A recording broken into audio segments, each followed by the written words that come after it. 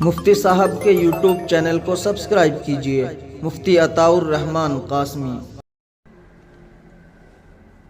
السلام علیکم ورحمۃ اللہ وبرکاتہ۔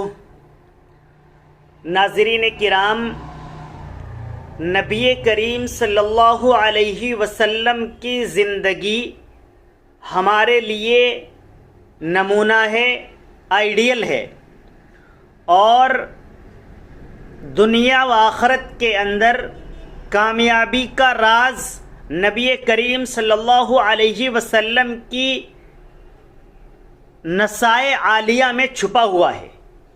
آج میں آپ کو نبی کریم صلی اللہ علیہ وسلم کے 5 ارشادات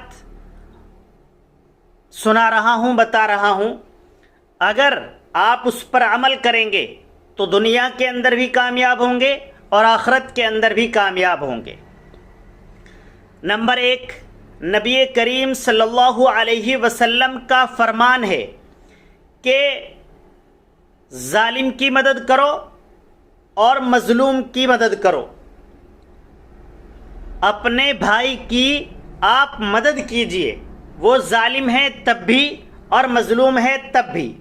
صحابہ کرام نے معلوم کیا اللہ کے نبی مظلوم کی مدد کرنا تو سمجھ آتا ہے، لیکن ظالم کی مدد کیسے؟ تو اللہ کے نبی صلی اللہ علیہ وسلم نے ارشاد فرمایا کہ ظالم کی مدد اسے ظلم سے روک کر کرو۔ نمبر 2، اللہ کے نبی صلی اللہ علیہ وسلم کا فرمان ہے، ایمان کے بعد افضل ترین نیکی خدمت خلق ہے۔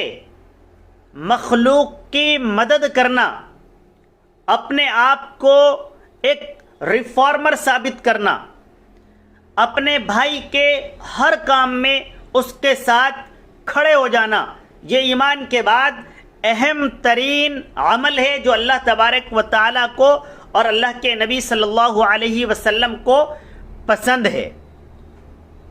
نمبر 3، ہمسایہ یعنی پڑوسی، آپ کے برابر میں جو لوگ رہتے ہیں، دائیں بائیں آگے پیچھے جو لوگ رہتے ہیں، مکانات ہیں جن کے، ان کے ساتھ انہیں ستانا نہیں چاہیے۔ ایک تو یہ ہے، صرف اسی پر بس نہیں کرنا چاہیے کہ آپ ستائیں نہیں، بلکہ اس کے ساتھ ساتھ آپ کو چاہیے کہ آپ انہیں ستا نہیں رہے ہیں، یہ تو بہت اچھا عمل ہے، لیکن آپ ان کا تعاون کیجئے، آپ ان کی مدد کیجئے، آپ ان کے ہر خوشی اور غم کے اندر شریک ہو جائیے۔ جب آپ کو جس اعتبار سے آپ کے پڑوسی کو آپ کی مدد کی ضرورت پڑے تو آپ اسے اس کے کندھے سے کندھا ملا کر کھڑے اور اس کے ساتھ کھڑے ہوئے ملنے چاہیے۔ اللہ کے نبی صلی اللہ علیہ وسلم نے یہ بھی بتایا کہ جو لوگ پڑوسیوں کو ستاتے ہیں اللہ تبارک و تعالیٰ انہیں دوزخ میں ڈالیں گے، انہیں عذاب ہوگا۔